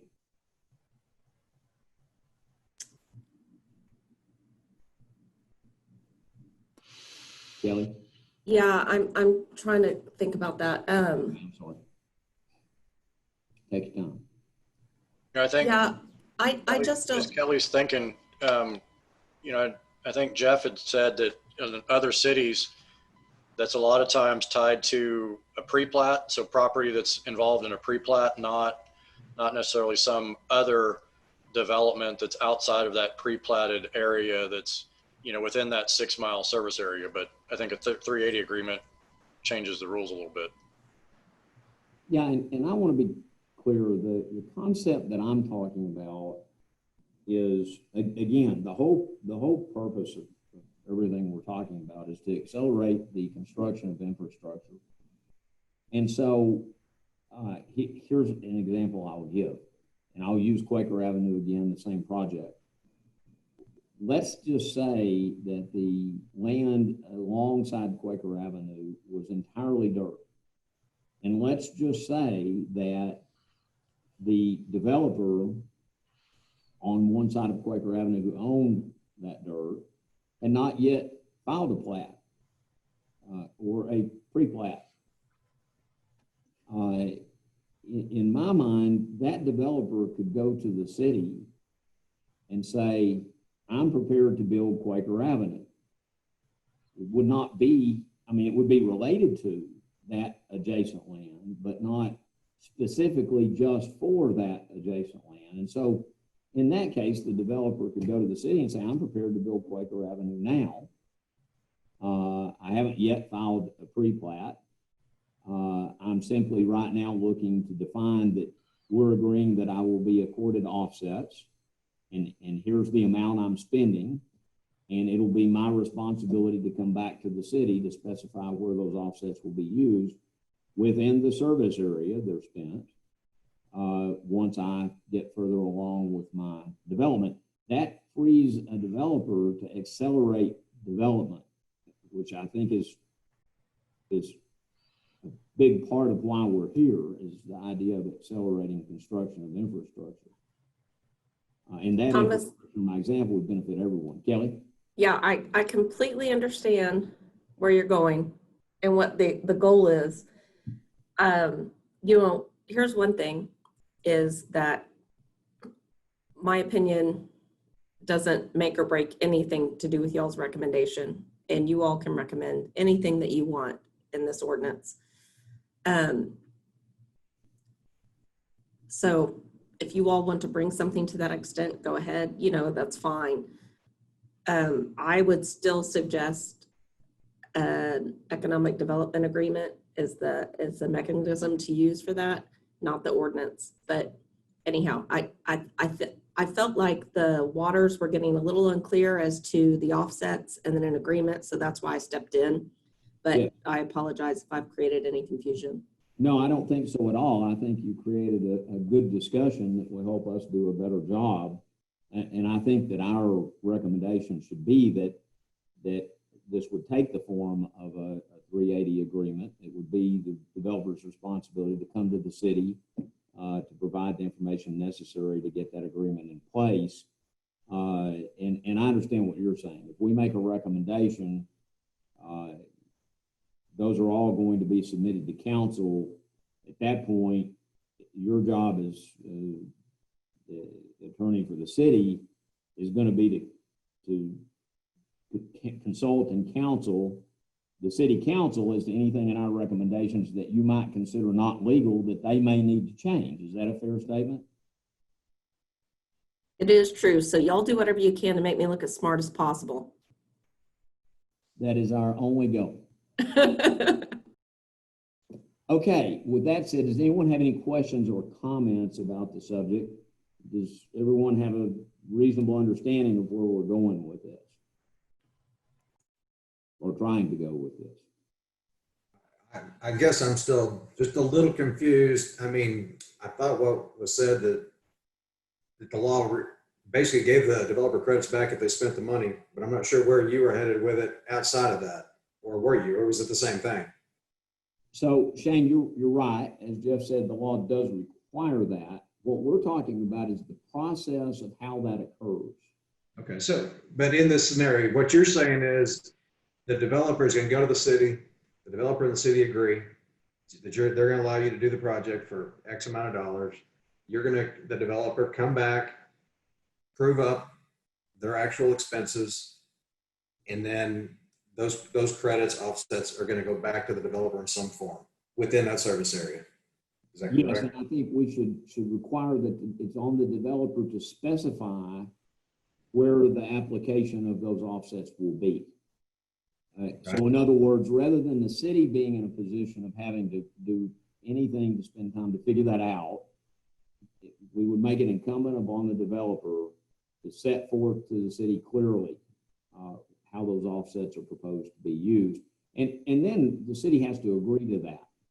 And so that prevents any confusion. So that way nobody goes down to get a building permit for a house thinking they don't have an impact fee because the developer told them they didn't. But in fact, the developer didn't do what they were responsible to do with the city in order to put that in place. And that relieves the city of being responsible if a problem like that were to occur. It's incumbent upon the developer to get those agreements in place. And so then if the developer does do that, when they're marketing their lots to builders, whoever, they're going to say, these lots are subject to impact fees, or they're not subject to impact fees. Correct? Yeah. They know that because that's what the developers already agreed to with the city. That's exactly right. I mean, right according to me. That doesn't mean it's right, but that's what I'm saying. Right. I mean, it would be, I'm just, on the builder side, it would be just good to know. And how do you verify that? I mean, just like you're saying, just because the developer said it, and then you go down to pull a permit, and now you're getting you do have an impact fee. You just call the city and confirm this. Mike, I'm asking for just kind of the process. Is it all in the calculator that we do online, or just, if I'm going to go buy a lot from a developer, I want to know the ultimate cost of it, basically. Right. So what's the easiest way, or what's the process that happens? I think I'm going to need Jeff's help a little bit, but yes, in the administration of that with offsets, there'll have to be some component of, we know the areas that it's applied to, or the lots that it's applied to. And so that's going to be something that Jeff will have to help us set up for the administration of it. Yeah. I mean, I think that a lot of times in 99% of the scenarios, we're going to have offsets, and that it's because the developer's built the road adjacent to his property as he's developing his property. So the scenario Thomas is going is part of that 1% where there's an ideal out there. And they're trying to get lots and land prints. So it's the anomaly. So most of the time, if you call the city and say, hey, I'm pulling this plat, our impact fees due on this plat, they're gonna be able to answer that question. And Shane, I'll add to that, because, you know, this is something that you'll want to talk to all of your builder friends about. You know, I would strongly recommend, and I'll just talk to you about you know, if we fast forward a couple of years and impact fees are in place and you're buying a lot from a developer, my suggestion to you would be that you require that it be in the deed. If the developer is asserting that no impact fees will be collected on that lot, that you would require them to put in your deed that the developer, if any were collected, would be responsible to pay them. That would be the way I'm looking at that. Yeah, good recommendation. Okay, I'm good. Okay? I have a question, Thomas. Salter. How do you know, so you're going and you're gonna, in your example, build Quaker, and you're going to the city and you're saying, I'm gonna build this, it's on the approved projects, I'm gonna have offsets to my impact fees on, you know, A through, or I won't use letters, but, you know, project 1, 2, 3, 4, 5. Do you know all of that when you're going to build Quaker? I was just thinking, if you're, how do you know exactly what's going to be on the lot? You know, are you building a duplex? Are you building a 6,000 square foot house, a 2,000? You know, how do you, and maybe that's not for us, but I was just thinking you don't know all that at the same time. No, it's a great question. Here's my answer to that question. And I'll inflate my example. Let's just say a developer went to the city and said, I want to build 3 miles of thoroughfare that are a mile apart. And maybe one of them is next to land that I own. Maybe the others aren't even next to land that I own. In the early phase, the developer would be responsible to go to the city and say, I'm going to spend $5 million building these streets. And I want an agreement that says I'm entitled to offsets to the extent of my $5 million. And an agreement could be executed that went just that far at that point in time. So essentially, the developer has those credits in the bank. But again, what I'm saying is that in order to use them, I think we should make it incumbent upon the developer to have to go back to the city with a specific proposal that would be an addition or a modification to that existing agreement that then said, here's where I want to use the credits that I've got in the bank. And I think that the further that we go in enabling this to happen, the more we encourage faster construction of infrastructure, which again is the whole point of impact fees. That's just my opinion. It's certainly, as Jeff said, and I absolutely agree with him, the scenario I'm describing is going to be the anomaly. Normally, you're going to have a developer wanting to build a thoroughfare or a piece of a thoroughfare that is directly related to adjacent land. And in that situation, it's a little simpler because the developer then is likely going to already have plans for a certain number of lots in a preliminary plat that's been filed.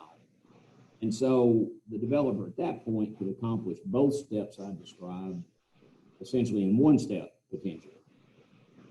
Does that make sense? Yes, thank you. Yes, ma'am. Anyone else? Jeff, is there a policy written out on process that's pretty standard that we're trying to just agree on that's already in place? Yeah, that's going to go in. I think we've started drafting some language that is hitting what I think both Thomas and Shane were talking about, and I think it's going to cover and encapsulate that. Basically, I've written something similar to this: master plan projects, including subdivisions containing multiple phases, whether approved before or after the effective date of the impact fee regulations, may apply for offsets against impact fees for the entire project based on improvements or funds constructed towards system facilities or other capital improvements. Offsets shall be sent within the same service area utilizing the methodology approved by the city and be approved via developer agreement. It was trying to encompass what I think y'all were talking about. It's not super prescriptive, but it was trying to encompass the anomaly that Thomas was referring to. I think you got it all, Jeff. I do.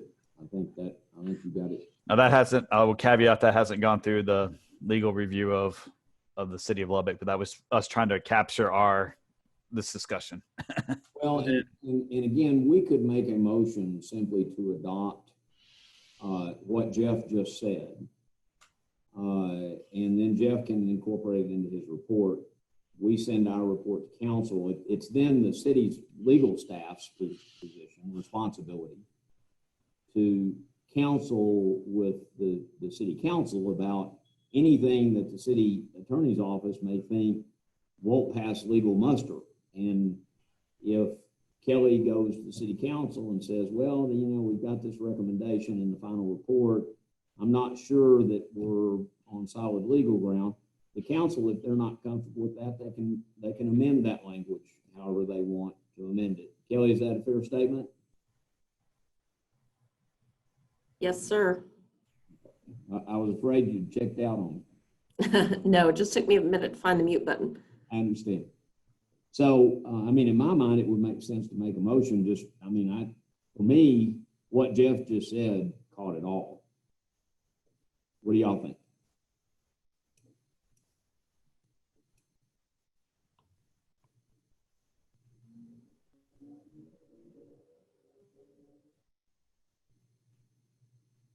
Okay. And Thomas, just to add to that, when we bring the draft ordinance trying to capture all this, y'all get another stab at this. So, we can take the advisement of the conversation without a motion and include that language so that y'all can read it and chew on it once we present a draft ordinance to you. So that's an option as well. Understand my desire, and that doesn't mean we have to do this at all, but I'd like to send Jeff away from today's meeting with as clear an idea of where we stand on all these things as possible. So if we can get a motion on this, I'd like to. If we can't, that's fine. If we do and we pass that motion, as Mike said, we'll then have the complete ability to revisit this issue when we vet the final report and ordinance for approval. If anyone wants to revisit this, so if anyone doesn't like what that says when they come to us with the final ordinance, we'll have a chance again to rediscuss this if anyone wants to. I think, I'm fine to make a motion to approve what Jeff just stated so that we can get it in there and then all understand that we're going to get a chance to actually sit down and read it. And then no one will be upset if I come back and say, I want to amend this, this, and this. I don't think right this second, our group has an understanding of the options that are on the table, but believe and trust based on the conversation and what Jeff just recited that it's pretty well encompassed in there. So I'll make a motion to approve the process of credits or I'm drawing a blank. Offsets. Sorry. As prescribed by Jim in his reading of his paragraph moments ago. So Kelly, with the knowledge that we're going to review it again. I'm sorry, Kelly, I have a question for you. Okay. Is that motion acceptable as is, or do we need Andy to recite the language that Jeff read into his motion? I don't think it requires specific language because I think it's just a general policy consideration. So long as the credit issue and the agreement with the developer and anything that you all want pinned into that as far as specifics would need to be in the motion. Okay. So what I would anticipate then is that when we're presented with the minutes of this meeting, that Jeff's language would be incorporated into Andy's motion, so we then could formally approve that as being correct. So with that said, Andy's motion is to adopt the language as Jeff indicated in regard to the process of developer credits and how they would be set forth in the process of obtaining those credits by the developer. Do I have a second? I'll second. All right, Ms. Salter, thank you. Any further discussion? All right, I'm going to call for a vote. Mr. Hill? Yes. I need you to say yes. He didn't want to sit up and push the mute. Thank you. Ms. Sawyer? Ms. Sawyer? Yes. Yes. Mr. Bean? Yes. Ms. Bradley? Yes. Mrs. Cantu Franks? Yes. Ms. Salter? Yes. I vote yes as well, so that motion carries unanimously. I'm at the end of my list of items, policy items that I have for us to vote on today. Are there any issues that anyone else on the committee would like to bring forward to discuss, either just to discuss or to discuss and take a vote on today?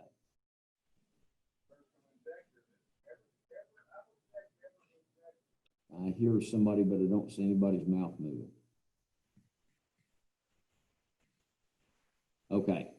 With that said, Jeff, we've saved you exactly 17 minutes. You said you needed 15, so I'm going to give you the floor to make your presentation to us regarding our final report ordinance, if you will. All right, most of this stuff you've seen before, so I'm gonna keep it kind of brief.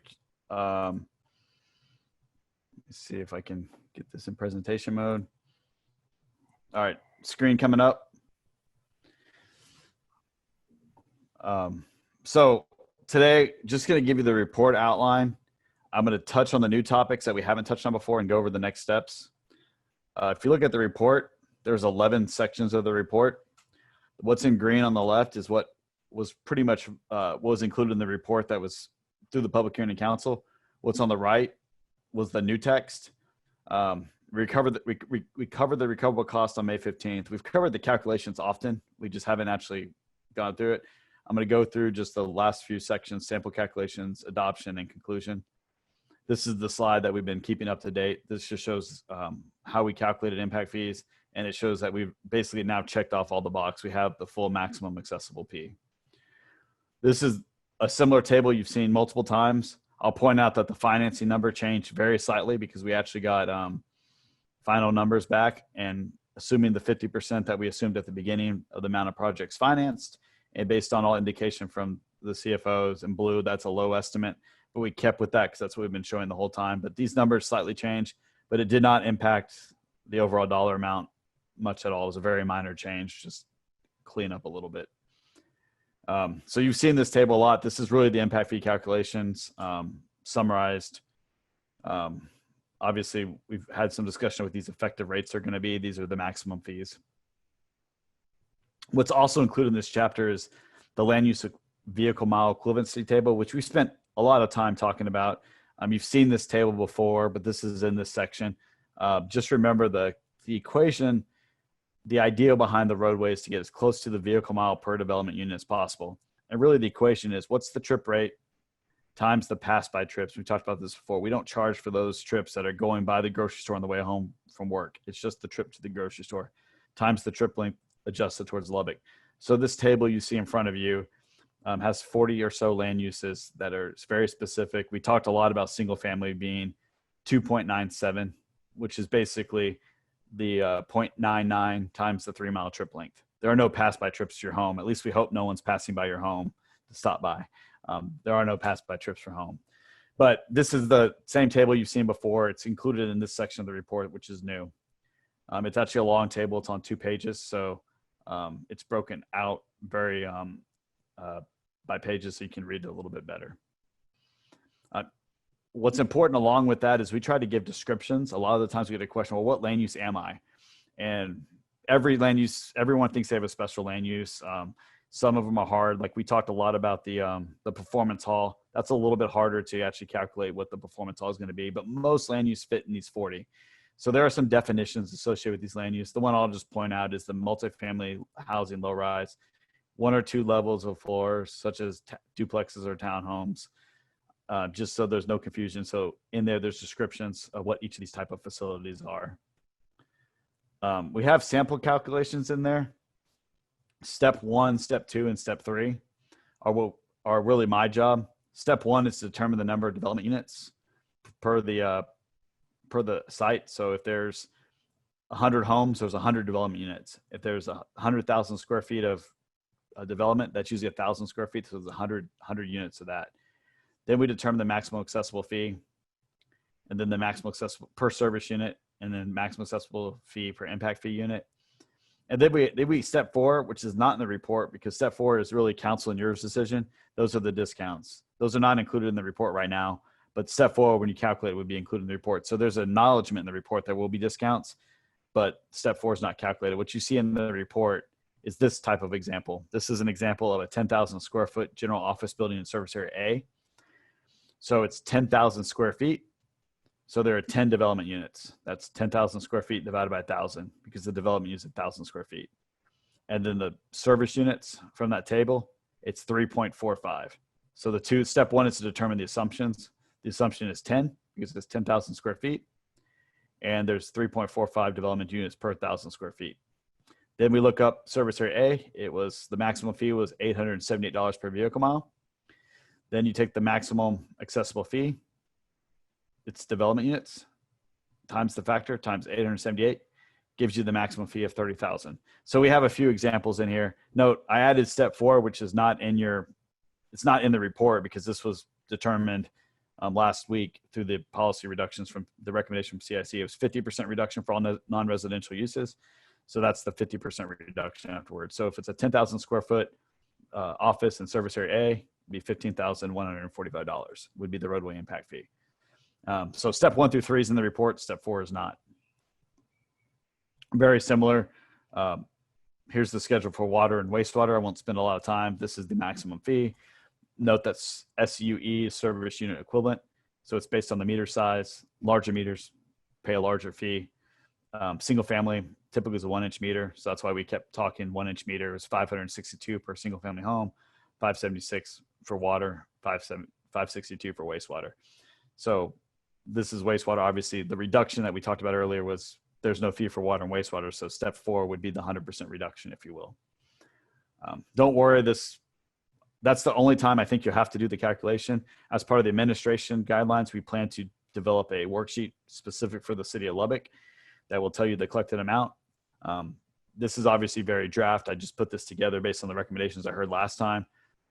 This was trying to capture. One thing you'll notice what we did is there's a single family detached and single family detached less than 2,000 square feet, just to recognize the difference between the two with that 25% discount. And then the rest are at 50%. So I started putting that together right now. This is still very draft, but from the administrative adoption side, the desire would be that there would be some sort of worksheet online. And then as we mentioned earlier, on the back end of the city hall, they would have to have their own procedures to make it as transparent as possible what the fee would be. The appendix, there's an appendix to the report. The appendix is really 2 sections. One is a section on roadway analysis. We do a lot of analysis to figure out existing demand and the supply of the future demand on the roadway. So all that analysis is in the appendix. And there's also a costing. The costing's very similar to what you saw published with the previous report. It's included in this report in the appendix. One thing that we were debating is the ordinance could be in the appendix. It's sometimes in the appendix of report in some cities. Sometimes it's a standalone document, so that if they want to take them separately or make some more tweaks on the ordinance. One of the reasons a lot of cities keep it standalone is so that if they amend the ordinance, they don't feel like they have to amend the whole report. It's kind of a separate document. Right now, it's not in the draft report that we've loaded the draft report on ShareFile site, I think on Tuesday. I think most of you should have gotten an email from us that says the report's upline. It includes everything but the ordinance right now. We did not load the ordinance because we needed this information from you to finish the draft ordinance today. So, but the ordinance is being worked on. We've started taking some of the recommendations from last week. We're going to take the rest from this week and hopefully have something crafted relatively soon. The next steps is really comments on the final document. The final document, I'll call the final document the report, not the ordinance at this time. But the final document, as we mentioned before, your comments are due to council 5 days before the public hearing, which hasn't been set yet. So we don't know that date yet. I know last time we wanted to have your comments before the publication.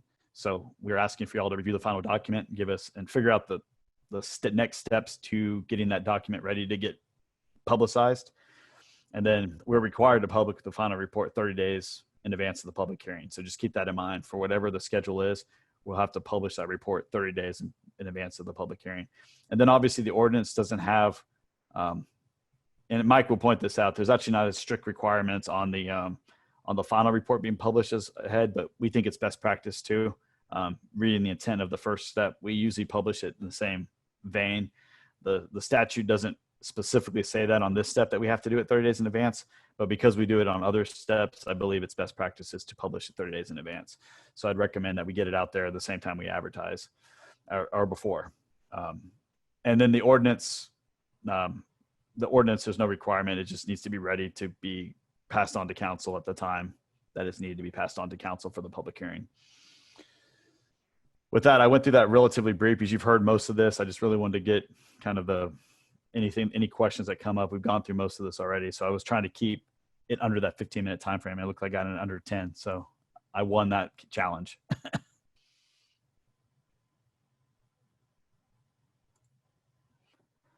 So with that, I'll turn it back over to Thomas. I think you're on mute. Yeah, I am. Thank you. Jeff, thank you. So I have a question for you and/or for Mr. Keenum. Now that we're talking again about wanting to publish 30 days before the hearing, Mike, can you talk to us about some dates? Because we're going to need to talk about when we'd have a next meeting. I think we've got a little window of time now here, but talk to us about some dates so we can figure out when we would need to get together again.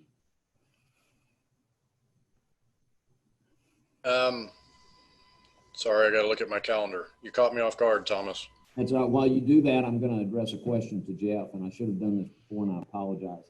Jeff, are there any policy questions that you would have on your list that we have not voted on at this point that you would like to see us take action on? I think the only policy question that I was looking through kind of some of our previous discussion that we didn't take action on that had been brought up was change of use. So remodels.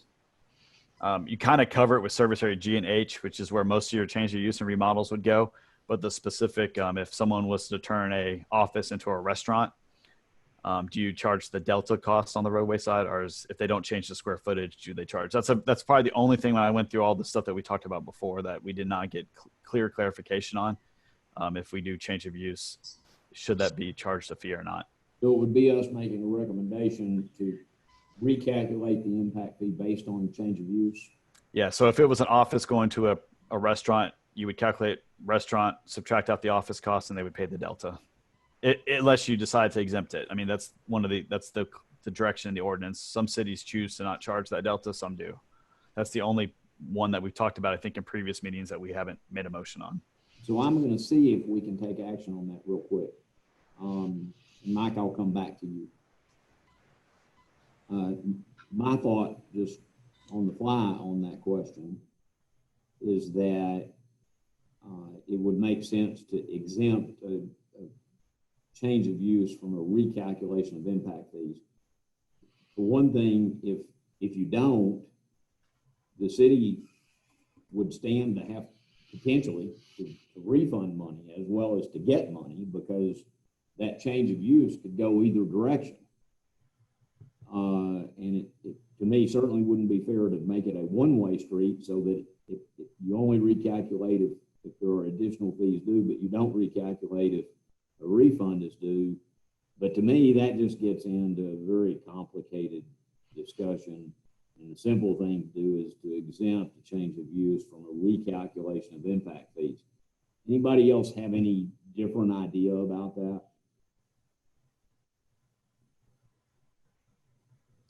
What if you tear down 10 garden offices and build a hotel? I wouldn't consider that change of use, but you would still get credit for the existing development that's on the property. I think that's a little different than a change of use, but you would still get what was there before. You would get that, like you would subtract out the trips or the traffic or the fee that was on the property beforehand. So that would be automatically taken into account. Yeah, that would be that should automatically count. But when I say change of use, if we write the code that way, that would typically demolitions are not considered change of use. So you're talking about I've got an old house, I remodel it and turn it into a restaurant. Yep. That kind of thing. That kind of thing. So would anybody like to make a motion in that regard so we can give Jeff some action on his request?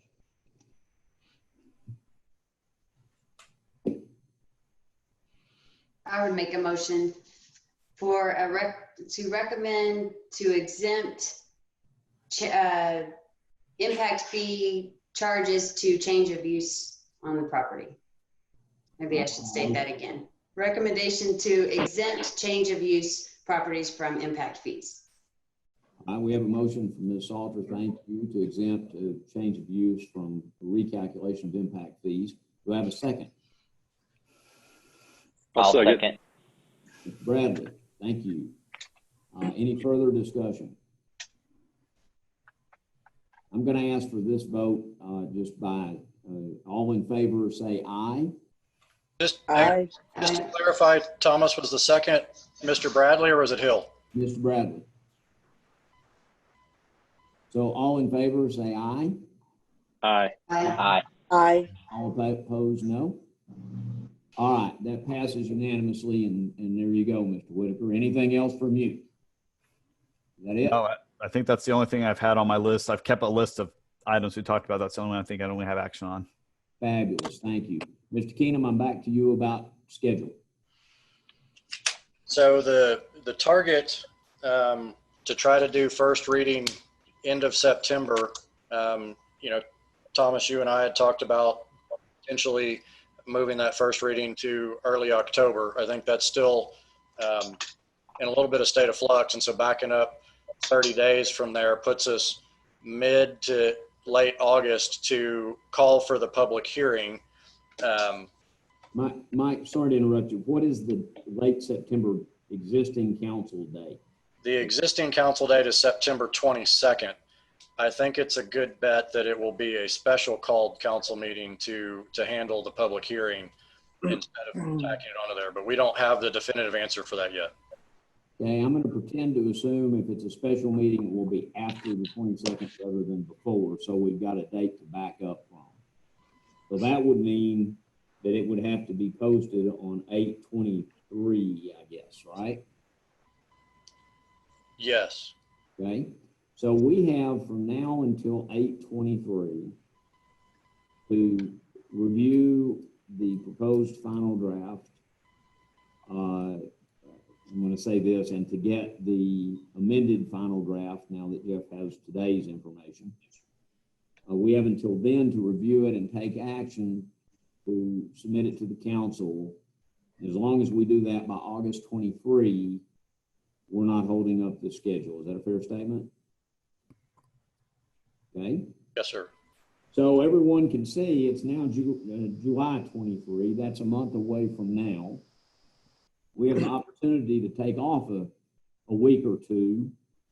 I'm going to throw it to the committee to see what your will might be. Do y'all want to reconvene shortly before August 23, planning to kind of on the fly to make any changes we would make, recommendations to Jeff to the changes to final report before it's submitted to council, or in the alternative, maybe we meet 10 days prior to that to plan to have a discussion about any changes we want to make, and then a second time to see the actual final report with those changes.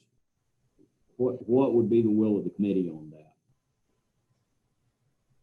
Thomas, and just to add to that is that now that y'all have made a lot of decisions in the last 2 weeks, as we craft the ordinance, we can send y'all a draft copy electronically for you to peruse so that you can look at that prior to the next meeting, whenever that may be. Okay. Or one meeting. Ms. Cantu Franks? To me, I think one meeting should be plenty. Okay. Anyone else? Ms. Sawyer? I agree. All right. So let's all look at our calendars. Jeff, one question for you. How far in advance of the 23rd would you need us to meet in order to allow you enough time to make any changes, if there are any that need to be made before the date of the 23rd?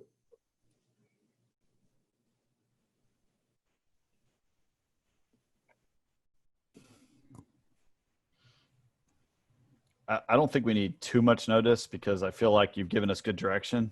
I think it would be more text changes or something, a word you didn't like here or there or something. So I don't feel like it's going to be a huge lift. But I do know that staff needs time to be able to get the stuff uploaded on the internet and stuff. So I would almost default to Mike of like how early you think staff needs it to make sure we can, because the 23rd happens to be a Saturday. So we'd probably want to be able to upload it on the 21st. So we'd probably want to have time a few days before that. 23rd is actually a Sunday, I believe. Sunday it is. Yes, Sunday. Yeah. Okay.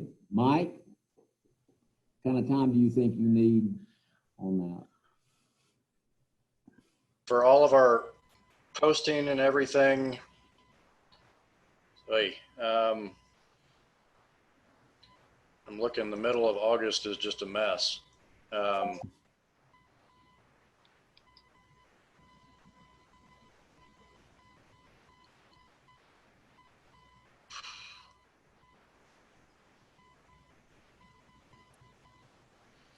I mean, in an ideal world, it would be like the 6th or 7th of August to give us plenty of time, but that's just a 2-week turnaround for y'all to chew on stuff, and that puts Jeff in a bind because I'm out in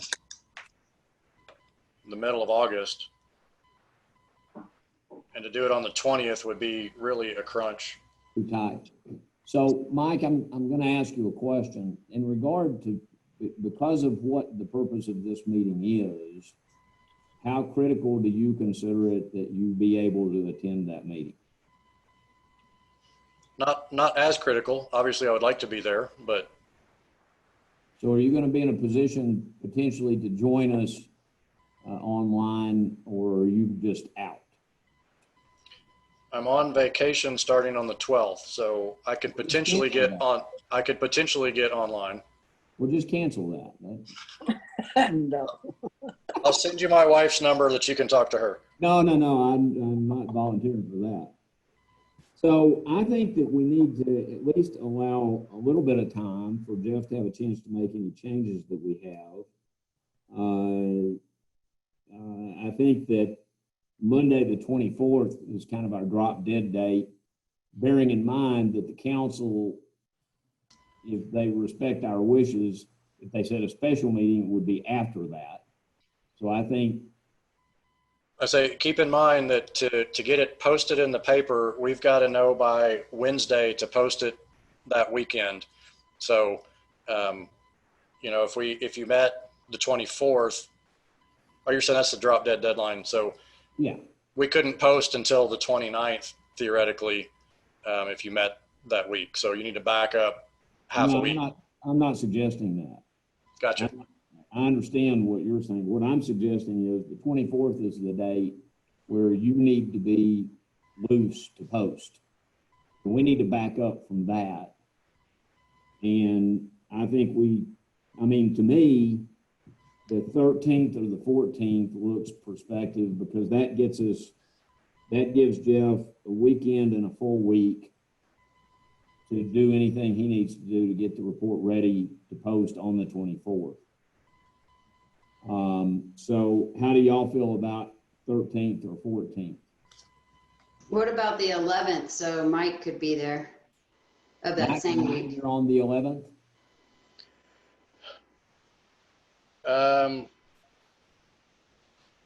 I'm tied up all day on the 11th too, okay. So.